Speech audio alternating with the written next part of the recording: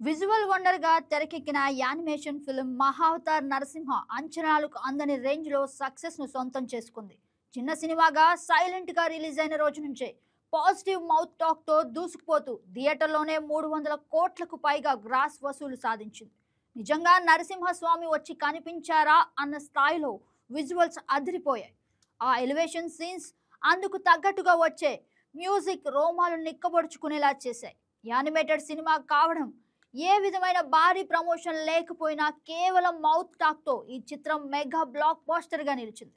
Netflix లో streaming అయిన తర్వాత కూడా రికార్డు స్థాయిలో వ్యూస్ తో మరోసారి తన సత్తా చాటుకుంది. హాలీవుడ్ స్థాయి విజువల్స్ తో ఆడియన్స్ హార్ట్స్ దోచుకున్న ఈ మూవీ ఇప్పుడు మరొక గొప్ప రికార్డును క్రియేట్ చేసింది. ప్రతిష్టాత్మక 98వ ఆస్కార్ అవార్డ్స్ నామినేషన్ దశకు మహావతార్ నరసింహ అర్హత సాధించింది. ఈ విషయాన్ని అకాడమీ అఫీషియల్ వెబ్సైట్లో రివీల్ చేసింది. వరల్డ్లో అత్యంత గౌరవనీయమైన ఈ పురస్కారం కోసం పోటీ పడుతున్న 35 యానిమేటెడ్ సినిమాల్లో ఈ మూవీ ఒకటి.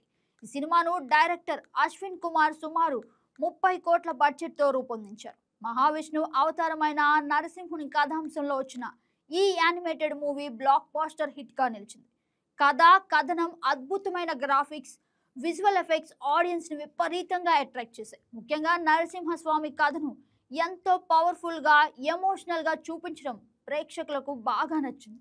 మరీ ముఖ్యంగా ఈ యానిమేషన్ మూవీ కేవలం చిన్నపిల్లల కోసమే కాదు, పెద్దలు కూడా చూడవచ్చు అని నిరూపించింది. ఇప్పుడు ఈ మూవీ లేటెస్ట్ గా ఆస్కార్ ను దక్కించుకొని రికార్డు సాధించింది.